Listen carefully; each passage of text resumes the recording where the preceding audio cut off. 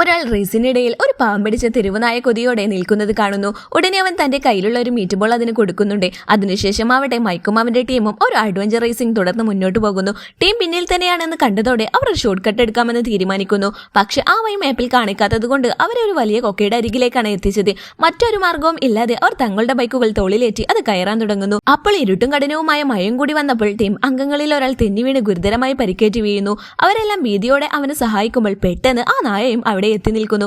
അപ്പോഴാണ് അവർക്ക് അത് ഇത്രയും ദൂരം തങ്ങളെ പിന്തുടർന്നുവെന്നുള്ള കാര്യം മനസ്സിലാകുന്നത്. മറ്റുള്ളവർ അതിനെ ഓടിച്ചു വിടണമെന്ന് പറഞ്ഞപ്പോൾ പോലും മൈക്ക് മാത്രം ഇത് നമ്മളോടൊപ്പം വരട്ടെ എന്നാണ് പറയുന്നത്. തുടർന്ന് ഒരു നേരെ വഴിയിലൂടെ അവർ പോകുമ്പോൾ ഇതുവരെ ശാന്തമായിരുന്ന ആ നായ പെട്ടെന്ന് മുന്നിലെത്തി കുരക്കാൻ തുടങ്ങുന്നു.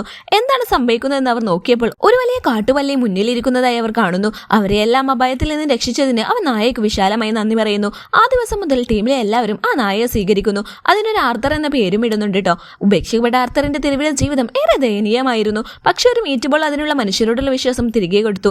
അങ്ങനെ അവർ റേസിന്റെ ഫൈനൽ ഘട്ടത്തിലെത്തുന്നു. അപ്പോൾ ഒരു ന്യൂസ് വരുന്നു. കയാക്കിൽ രണ്ടുപേരെ മാത്രം ഒഴുക്കാനാകുന്നതിനാൽ ആർത്തറിന് അവിടെ തന്നെ വിട്ടുപോകേണ്ടി വരുന്നു.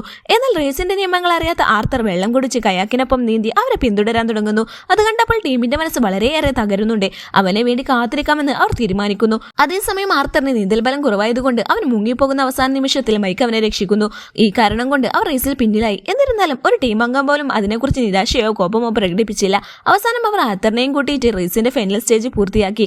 ഫിനിഷിംഗ് ലൈനിലെത്തുമ്പോൾ അവരെ കണ്ട എല്ലാവരും ആഹ്ലാദത്തോടെ കൂവി തുടങ്ങി. അങ്ങനെ റേസിൽ അവർ ഏറ്റവും അവസാനത്തേതെന്നാലും അവിടെ ഉണ്ടായിരുന്ന എല്ലാവരുടെയും ഹൃദയം